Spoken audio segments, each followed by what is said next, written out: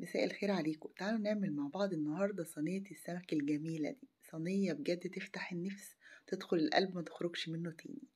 وهقولك ازاي تعملي الرز الصيادية المفلفل الجميل، مفيش حباية لازقة في التانية زي ما انت شايفة.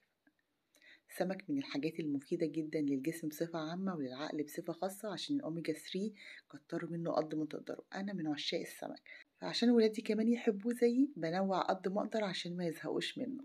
المرة دي عملنا صينية في الفرن بتتبيلة تحفة هتعجبكم جدا، بدون بقى طرق تقليدية، لا تحمير ولا شوي ولا زيوت.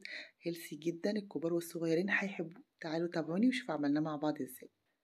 هنسمي الله وندخل في وصفتنا على طول. كالعادة هقولك أول حاجة وأعلمك إزاي تشتري السمك صح، إزاي تشتريه طازة ما يكونش بيت أو محتفظين بيه في تلاجات، وإزاي تغسليه ويطلع معاكي زي الفل. تنقعيه كويس، تحطي فيه ليمون وملح، وبعد كده بشطفه كمان مرة كويس جدا، وبعد كده بسيبه يتصفى، وكده بقى جاهز معايا خلاص على التتبيل.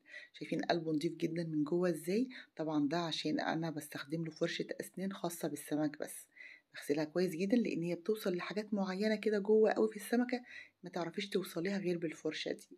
وبعد كده بتنقعيه في ملح وليمون كويس جدا لحد ما الزفره اللي فيه تخلص خالص وتنزل. بتاع ساعه مثلا مش اقل من كده، وبتشطفيه مره تانية كويس جدا وبتديله عصره ليمون، وبسيبه يتصفى خالص. وبعد كده بديله شرط كده بالسكينه عشان ما ياخدش وقت مني في التسويه. وقوامه كمان طري جدا، بيروح ويجي كده معاكي بسهولة. ده أكبر دليل إن هو طازة. بتعرفيه طازة إزاي بقى؟ إن هو بيبقى أبيض جدا كده ناصع بيلمع، الخياشيم بتاعته كمان بيبقى لونها وردي، ما بتكونش لونها غامق. قوام السمكة كمان بيبقى متماسك كده، يعني بيبقى لحمها مشدود لسه، رغم ان هي بتبقى انسيابية لان هي لسه خارجة من المية. يعني انتوا بتعملوا توازن ما بين الاتنين دول. تعالوا بقى نشوف التتبيلة الجميلة اللي هي تديكوا طعم كده خطير زي طعم المطاعم بالظبط. بننزل بشوية توم حلوين كده، يعني نص راس مثلا. وبعد كده بنجيب الكرفس، نقطفه اي تقطيف عشوائي لان هو كده كده هيتضرب في الكبة كله مع بعض. شوية فلفل كده سبايسي، طبعا دي حسب الرغبة. ممكن تحطي فلفل رومي لو انت ما بتحبيش الحاجة الحراقة، زي ما انت عايزة ممكن تعملي ميكس. وبعد كده ليمون، انزلوا بليمون على قد ما تقدروا. شوية كزبرة ناشفة، شوية من الكمون، شوية ملح. وبعد كده كل ده بيتفرم كويس جدا مع بعض في الكب بالشكل اللي انتوا شايفينه ده. كده بقى جاهز معايا، بنزل فيه في بولة عشان اديله شوية اضافات كمان خارجية بسيطة. الاضافات الاساسية بتاعتي الخارجية هي الليمون، برضو كده كنت 20 مرة. كل ما تدي ليمون كل ما يطلع معاكي طعمه جميل جدا. اديتها كمان عصرة ليمون حلوة. وبعد كده باخد السمك بتاعي وبنزل بقى كده في قلبه بالتتبيلة، وابتدي اوزعها. يعني انا مش قادرة اتعامل بايدي قوي عشان الفلفل سبايسي، بس هضطر برضو يعني اغطس بايدي عشان اوزعه في كل المسام بتاعة السمكية.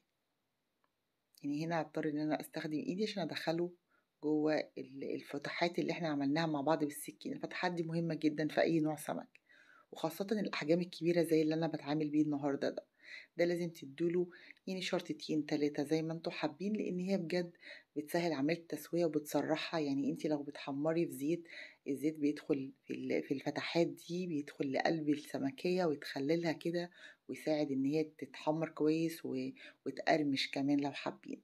إيه طبعا المرة دي انا اديته الشرايح دي برضو عشان تسهل عليا، حتى لو انا هعملها صينية، وبتدي شكل في الاخر ظريف جدا. هتبل السمك كله بنفس الطريقة. انا مبفضلش احط خل للسمك لانه يعني بيفتت الانسجة بتاعت السمك فبيطريه قوي، وانا عايزة السمك كده يحتفظ بالقوام بتاعه المتماسك لانه هو لسه طازة، فبيبقى طعمه بصراحة وشكله مختلف جدا في التقديم وفي الاكل كمان. خلاص تبلت الكمية كاملة، بسيبها مش أقل من نص ساعة ساعة عشان تمتص التتبيلة وتتشربها كويس.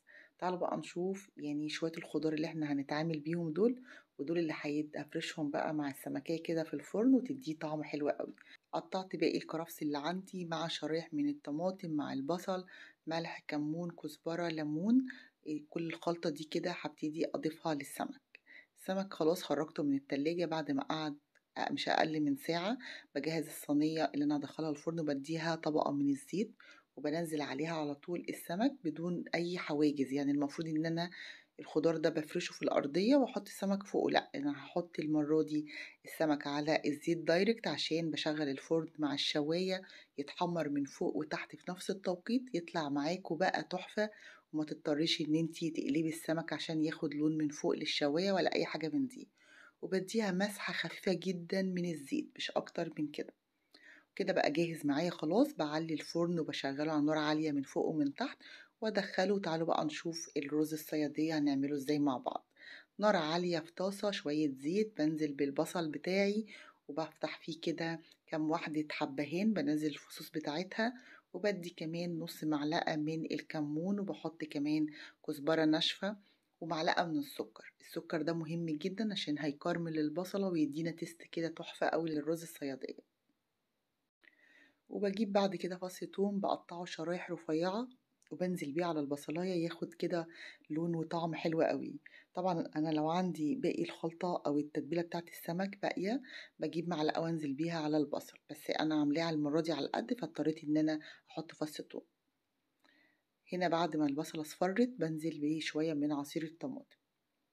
طبعًا المرّة دي أنا ما باغمّقش البصل زي الرز البني، أول ما بيبتدي يتحمّر بانزل بالطماطم ومعلقة من الملح، وممكن تدّوها كمان شوية من الكركم أو الكاري بيدّوا لون حلو أوي مع القوطة. وبعد ما الخليط يشكشك كده ويغلي غليتين 3 مع بعض باكون منزّلة له مَيّة مغلية. ممكن ندّي له قرن فلفل لو حابين وممكن نستغنى عنه. هنا باكون غاسلة الرز المصري وبانزل بيه على الخليط أول ما يبتدي يغلي على طول. أقلب كويس جدًا عشان تضبطي منسوب المَيّة، لازم المَيّة بتبقى أعلى من الرز بمقدار نُص عُقلة، وممكن تزوّدي لو احتجتِ طبعًا وأنتِ شغّالة، لإن الرز بيختلف من نوع للتاني، في رز بياخد مَيّة كتير، في رز بياخد مَيّة أقل، بتحددي ده من أول تقليبة للرز هل هيحتاج شقشاق مَيّة خفيف والّا لأ. طبعًا الولاد طلبوا منّي أعمل لهم مقلي، فحبيت أرضي كل الأذواق وعملت لهم سمكتين كده، وأنتِ بتحطي الدقيق لازم تدّي له مسحة دقيق من جوّه على الحشو عشان ما تقعش في الزيت، وعشان كمان يطلع مقرمش من برّه ومن جوّه زي بعض. عايزة أقول لكم الcover الخارجي مقرمش جدًا، وده يرجع لإن أنا باقلبه أكتر من مرّة على النار، يعني بادّي له لون خفيف وبعدين باقلب مرّة و2 و3 عشان يدّينا في الآخر القرمشة الجميلة اللي أنتم شايفينها دي. تعالوا بقى نشوف الرز بتاعنا، دي آخر مرحلة ليه، أنا قلّبته دي تاني مرّة أقلّبه، طلع خلاص ما شاء الله مستوي جميل ومفلفل وزي الفل، ريحته جميلة جدًا، لون الطماطم مع شوية الكاري ده إدّاه لون حلو وريحة وtaste في منتهى الجمال. كده خلاص الرز بتاعي بقى جاهز معانا. هاغرف الرز بعد كده في بولات واقلبها، طبعًا طريقة التقديم دي بترجع لِك أنتِ حسب اللي يناسبِك.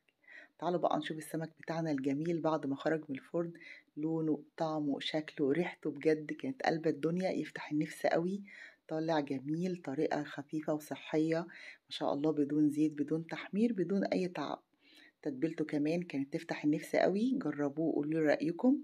كانت معاكم صبا العرايشي، وإلى اللقاء في فيديو آخر إن شاء الله.